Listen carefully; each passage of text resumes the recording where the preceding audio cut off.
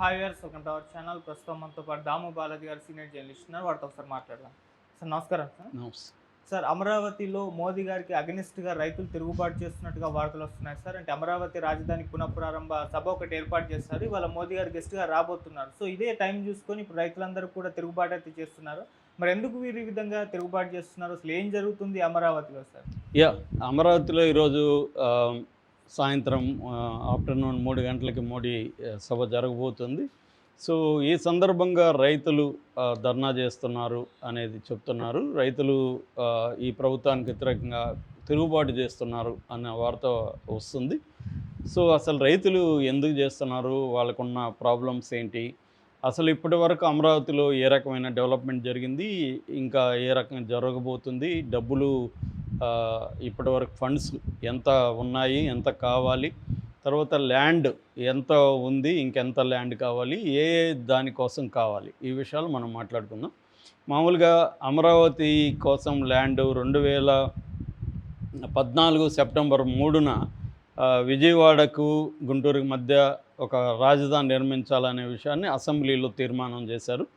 ఆ సందర్భంలో మొత్తం ఈ రాజధాని కోసం 53,748 ఎకరాలు కావాలనేది నోటిఫై చేశారు మొత్తంగా. అందులో 34,794 ఎకరాలని ల్యాండ్ పూలింగ్ ద్వారా, అంటే రైతులు ల్యాండ్ ఇస్తారు, ఆ ల్యాండ్ని కొంత డెవలప్ చేసి రైతులకి రెసిడెన్షియల్ ప్లాట్లు కొంత ఇస్తారు, కొంత దాంట్లో వాళ్ళకి మళ్ళీ ఇన్కమ్ సోర్స్ కూడా ఉంటుంది. సో ఈ పద్ధతిలో రాజధాని డెవలప్మెంట్లో రైతుల కోల్పోతారు కాబట్టి, ఎందుకంటే అవన్నీ కూడా మంచి పంటలు పండే సారవంతమైన ఏరియా కాబట్టి, రైతులకి బాగా వాల్యూ ఉన్న ల్యాండ్స్ కాబట్టి వాటికి రైతులకు కూడా దీనివల్ల లాభం జరిగే విధంగా చంద్రబాబు ప్లాన్ చేశాడు. అలాగే 34,794 ఎకరాలని పూలింగ్ అంటారు, ఆ పూలింగ్ మెథడ్లో చేశారు. చేసిన తర్వాత 2014 నుంచి 2019 వరకు చంద్రబాబు ప్రభుత్వం ఉన్నప్పుడు ఆయన ఖర్చు పెట్టింది కేవలం 5,300 కోట్లు మాత్రమే. నిజానికి అప్పుడు 5 లక్షల కోట్లు కావాలి ఇవన్నీ చెప్పేవాళ్ళు, కానీ ఖర్చు పెట్టింది 5,300 కోట్లు. అంటే అప్పుడే కానీ కొంత వర్క్ చేస్తుంటే తర్వాత జగన్ వచ్చి దాన్ని ఆపే పరిస్థితి ఉండదు. చంద్రబాబు ఏం చేశాడు, ఓన్లీ 5,300 కోట్లు ఖర్చు పెట్టి అక్కడ తాత్కాలిక అసెంబ్లీ, తర్వాత తాత్కాలిక సెక్రటేరియటు, తాత్కాలిక హైకోర్టు, ఈ 3 ప్రధాన నిర్మాణాలు ఈ 5,300 కోట్లతో చేశారు. అంతకంటే ముందే వెళ్ళాలి. అవి కూడా సరిగ్గా కన్స్ట్రక్షన్ సరిగ్గా లేదు, టెంపరీ కాబట్టి. దాని తర్వాత జగన్ వచ్చాడు, దాన్ని పక్కన పెట్టి 3 రాజధానుల పాట తీసుకున్నాడు. దాంతో అమరావతి ఉద్యమం మొదలైంది. రైతులు, అక్కడ ఉన్న తెలుగుదేశం వాళ్ళు వీళ్ళు కలిసి నిరంతర ఉద్యమం చేశారు. దాని తర్వాత ఎన్నికల్లో కూడా అది పెద్ద ఇష్యూ కాకుండా పోయింది. ఎందుకంటే అది మిగతా ప్రాంతాల వాళ్ళు అమరావతి మీద ఇన్వెస్ట్ చేయడం, అమరావతిని డెవలప్ చేయడం అనేది మిగతా ప్రాంతాల వాళ్ళకి ఇబ్బందికరంగా ఉంది కాబట్టి ఇష్యూ అమరావతిని హైలైట్ చేయడం కరెక్ట్ కాదని చంద్రబాబు కూడా అమరావతి ఇష్యూని 2024 ఎన్నికల్లో హైలైట్ చేయలేదు. అయితే ఇప్పుడు చంద్రబాబు వచ్చిన తర్వాత మాత్రం సీరియస్గా అమరావతి మీద ఫోకస్ చేయడం అనేది మొదలుపెట్టాడు. ఆయన గతంలో మనం అభివృద్ధి చేయకపోవడం వల్లే జగన్ ఆపగలిగాడు. ఇప్పుడు అభివృద్ధి చేయాలి, రెండోది దాన్ని చట్టబద్ధం కూడా చేయాలన్న ఆలోచనలో చంద్రబాబు ఉన్నాడు. ఉన్న తర్వాత ఇప్పుడు వరకు ఈ 10 నెలల్లో పెద్దగా అభివృద్ధి అక్కడ, అంటే కన్స్ట్రక్షన్ యాక్టివిటీస్ పెద్దగా మొదలగాల, ఇప్పుడు మాత్రమే మొదలవుతున్నాయని నిన్న బీబీసీ టీం అక్కడ పర్యటించి డీటెయిల్గా ఒక రిపోర్ట్ లాగా రాశారు. వాళ్ళు చెప్తున్న దాని ప్రకారం బేసిక్గా అక్కడ సీడ్ యాక్సిస్ రోడ్ అంటారు, ఆ సీడ్ యాక్సిస్ రోడ్లో మాత్రం ఇప్పుడు యాక్టివిటీస్ మొదలైనవి. అది కంప్లీట్ అయితే కాలేదు, కానీ ముమ్మరంగా వర్క్ జరుగుతుంది. అట్లాగే ఈ సిరీస్లో రోడ్స్ ఉన్నాయి, ఈ సిరీస్ రోడ్స్ కూడా కంప్లీట్ అవ్వలేదు. ఈ 2 కూడా యాక్టివిటీలు అయితే మొదలైనవి జరుగుతున్నాయి. దీనికి సంబంధించి ఆంధ్ర, తెలంగాణ, వెస్ట్ బెంగాల్, ఒరిస్సా, ఉత్తరప్రదేశ్, బీహార్ నుంచి వర్కర్స్ వచ్చి పనిచేస్తున్నారు. ముమ్మరంగా అయితే జరుగుతున్నాయి. వర్కర్స్ కోసం కూడా తాత్కాలికంగా టెంట్స్ లాంటివి వేసి వాళ్ళకి విడుదల చేశారు అనేది బీబీసీ రాసింది. సో వర్క్ అయితే జరుగుతుంది. ఇప్పటి వరకు ఏంటంటే దీనికి ఫండ్స్ ఇప్పుడు ఎంత కావాలి అనేది నెంబర్ 1 ఇష్యూ. దాని తర్వాత ల్యాండ్ ఇంకా ఎంత కావాలి, ఎంత మిగిలి ఉంటుంది, ఇప్పుడు అంతా డిస్ట్రిబ్యూట్ అయిపోగా మిగిలిన ఎన్ని ఎకరాలు మిగిలి ఉంటాయి, ఆ ల్యాండ్ని ఏం చేయబోతుంది అనేది మనం చూస్తే, ఇప్పటి వరకు ఈ గవర్నమెంట్ ఫామ్ అయినాక మామూలుగా వరల్డ్ బ్యాంక్ నుంచి లోన్ ఇప్పిస్తామని గత బడ్జెట్లో నిర్మలా సీతారామన్ అనౌన్స్ చేశారు. లోన్ కాదు గ్రాంట్ అని బుకాయించడానికి తెలుగుదేశం మీడియా ట్రై చేసింది, కానీ ఫైనల్గా అది లోన్ అనే విషయం అందరికీ అర్థమైపోయింది. ఇప్పటి వరకు వీళ్ళకి వచ్చిన లోన్స్ ఏమేమని చూస్తే వరల్డ్ బ్యాంక్ నుంచి 6,700 కోట్లు వచ్చింది. తర్వాత ఏడిబి ఏషియన్ డెవలప్మెంట్ బ్యాంక్ నుంచి 6,700 కోట్లు వచ్చింది. కేఎఫ్డబ్ల్యూ బ్యాంక్ నుంచి 5,000 కోట్లు వచ్చాయి. తర్వాత హుడ్కో నుంచి 11,000 కోట్లు లోను తీసుకోవడానికి చేసింది.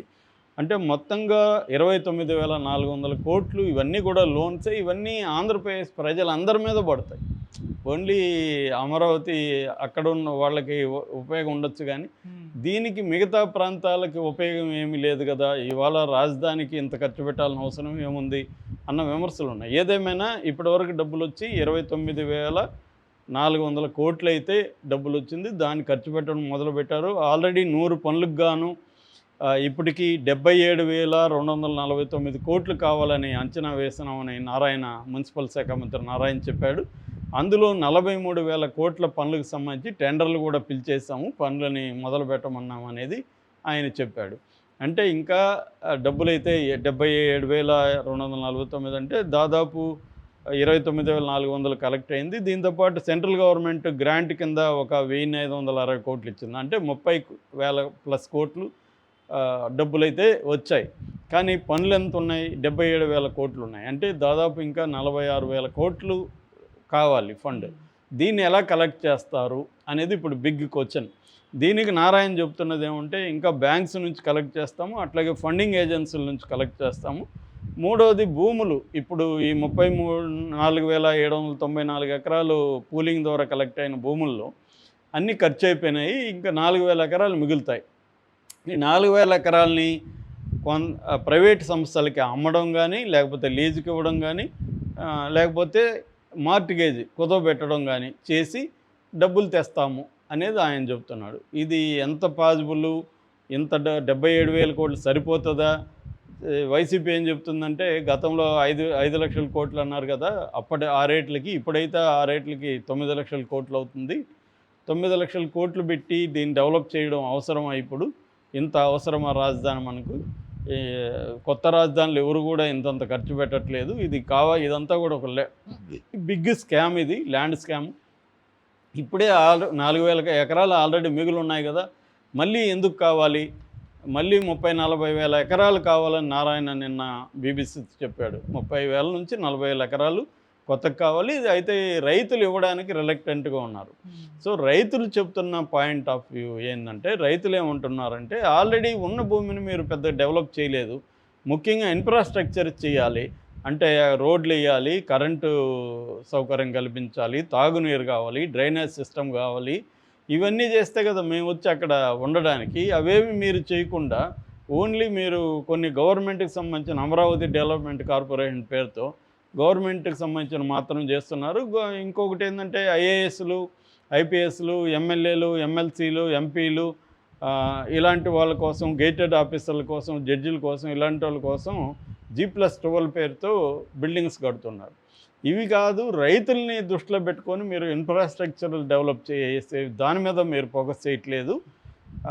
ఇది చేయకుండా మళ్ళీ ఎక్స్ట్రా భూములు అడుగుతున్నారు. దీనివల్ల మా భూముల రేట్లు పడిపోతాయి, మీరు అటువైపు వెళ్ళిపోతే డిస్ట్రిబ్యూట్ అయిపోతే మాకు ఇబ్బంది కదా, మీరు మాకు అప్పుడు చెప్పలేదు కదా, ఇప్పుడు కొత్తగా మళ్ళీ 34,000 ఎకరాలు అంటున్నారు, అది కూడా ల్యాండ్ స్కామే కదా అనేది వాళ్ళ మాటల్లో చేస్తున్నారు. దానివల్ల వాళ్ళు నిరసన అనేది వాళ్ళల్లో నుంచి వస్తుంది. చాలామంది బీబీసీ రైతులతో కూడా మాట్లాడినప్పుడు వాళ్ళ పేర్లు కూడా రాశారు బీబీసీలో. వాళ్ళందరూ కూడా నిరసన ఎక్స్ప్రెస్ చేస్తున్నారు.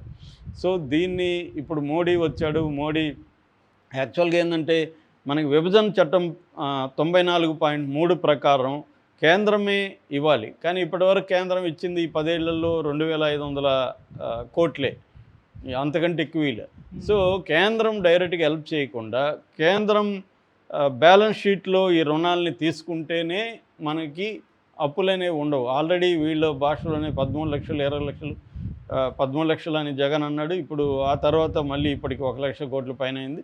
వీళ్ళు చెప్పినట్టుగా తెలుగుదేశం ఆరోపిస్తున్నట్టుగా 14 లక్షల కోట్ల అప్పులు ఉంటే మళ్ళీ అప్పులు చేసి రాజధాని నిర్మించడం కోసం అప్పులు చేయడం కరెక్టా అన్నది చాలామంది అసలు ఈ మోడల్లోనే ప్రాబ్లం ఉంది.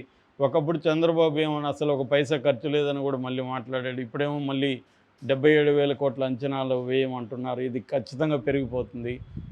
రైతులు మళ్ళీ 30-40 ఎకరాలు వేల ఎకరాలంటే అది మోపిడవుతుంది. సో ఇంత అవసరమా అన్న విమర్శలు అయితే వస్తున్నాయి. Okay sir, thank you so much.